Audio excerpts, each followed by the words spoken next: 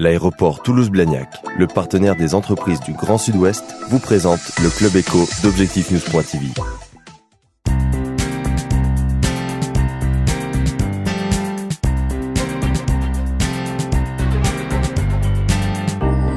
Bonsoir, merci de nous rejoindre chaque soir pour ce rendez-vous des décideurs. Nous recevons aujourd'hui Jean-Jacques Bolzan, secrétaire départemental du Parti radical. Bonsoir. Bonsoir. Vous représentez Jean-Louis Borloo ici à Toulouse. Dans quel état d'esprit est-il à l'heure actuelle? Est-ce qu'effectivement il va se présenter à l'élection présidentielle? Alors effectivement, il est dans un esprit serein, dynamique. Vous avez pu constater que cet été, il a arpenté la France, diverses régions.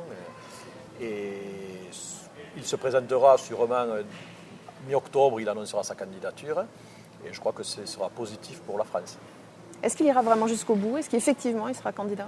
Ah oui, et puis nous le souhaitons. Et je crois que tout le travail qu'il a fait en amont depuis le mois de janvier avec la réunion des composantes centristes, ce travail de terrain qu'il fait tous les jours, de force de proposition vis-à-vis de la dette, vis-à-vis de la sécurité, vis-à-vis du logement, tout ce travail, il ne le fait pas pour dire je n'y vais pas. Donc, on croit sincèrement qu'il va y aller et lui dans la tête, mentalement, je pense qu'il est prêt.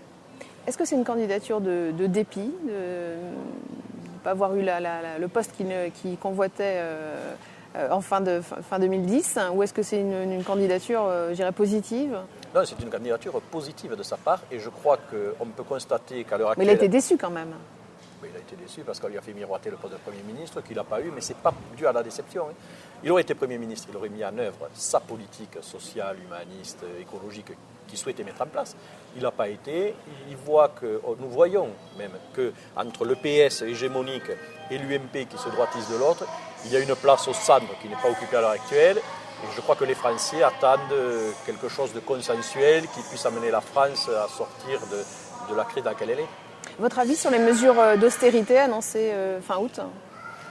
Je trouve dommage qu'on n'ait pas touché aux niches des entreprises du CAC 40, par exemple, la fameuse niche Copé qui exonère les filiales, les cessions de filiales.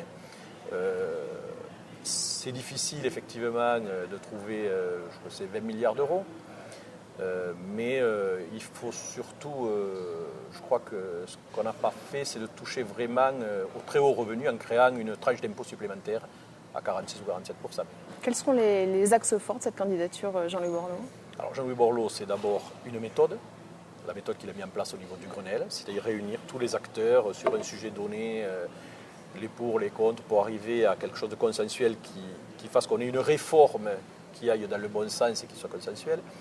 C'est une nouvelle façon de faire de la politique et puis c'est vraiment mettre en avant les valeurs sociales, humanistes et écologiques. Il a montré avec le Grenelle au niveau écologie, il a montré au niveau de la rénovation urbaine sur le plan social, il a montré à Valenciennes localement ce qu'il savait faire, relever une ville qui était dans les endroits le plus total. Donc je crois quand même qu'il a démontré qu'il avait une capacité à fédérer, à travailler, à aller de l'avant et à sortir de crise toute collectivité ou pays qui en souffre. Et cette candidature, est-ce qu'elle est soutenue à Toulouse? À Toulouse, on a des militants, elle est soutenue par les partis centristes, par le Parti radical, par le Nouveau Centre, par la gauche moderne, par l'Alliance centriste. Donc vous êtes coordinateur de la campagne? Oui, tout à fait, je suis coordinateur. Quel est votre rôle? Alors mon rôle sera de mettre en place localement tout ce qui est tractage, affichage, développement d'idées, aller dans les quartiers, dans les villes, dans les campagnes, porter la bonne parole, si je puis dire, le programme, les idées du programme de Jean-Louis Borloo pour cette présidentielle. Vos perspectives aussi sont les législatives? Tout à fait. Alors au centre, il y aura un candidat sur chaque circonscription. Voilà, pour 2012, juin 2012. Et pour ma part, je serai candidat sur la première circonscription de Toulouse. D'accord. Vous avez déjà des candidats sur toutes ces circonscriptions? Alors on a des candidats à la candidature, puisque nous travaillons à l'heure actuelle avec les autres partis centristes. Nouveau Centre, Gauche Moderne, Alliance centriste. Donc cela doit se décanter cet automne. Nous, au niveau du Parti radical, on a des candidats sur chaque circonscription. On a les moyens de mettre en place un candidat. D'accord, donc vous avez suffisamment de candidats potentiels. Tout à fait, candidats et candidates, parce qu'on va essayer de tenir compte de la parité. Le centre a connu depuis une dizaine d'années pas mal de soubresauts avec différentes têtes d'affiche, notamment François Bayrou, principal candidat ces 10 dernières années.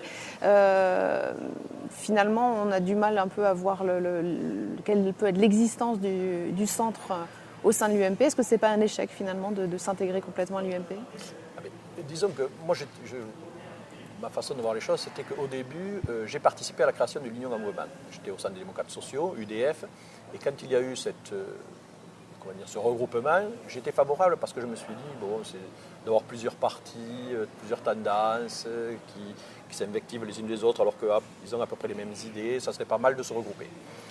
Et finalement, vous avez été dilué. Voilà, tout à fait. On a été dilué, et puis surtout, le deal du départ de dire chaque composante peut s'exprimer n'a pas été respecté.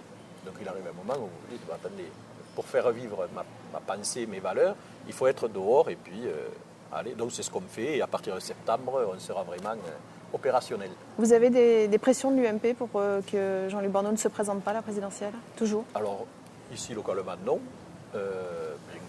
mais au niveau national oui, mais lui il est ferme et déterminé à partir. Alors il y a eu la pression des moyens financiers, on va vous couper les moyens financiers, il y a eu la pression sur certains de ses amis pour ne pas qu'il le rejoigne. Mais lui, il est déterminé et seul ce qui compte, c'est le vote des électeurs et des Français. Ce n'est pas les petits arrangements politiciens, parce que là aussi, il faut en sortir, que ce soit au niveau national ou au niveau local. Merci Jean-Jacques Bolzan. Merci à vous.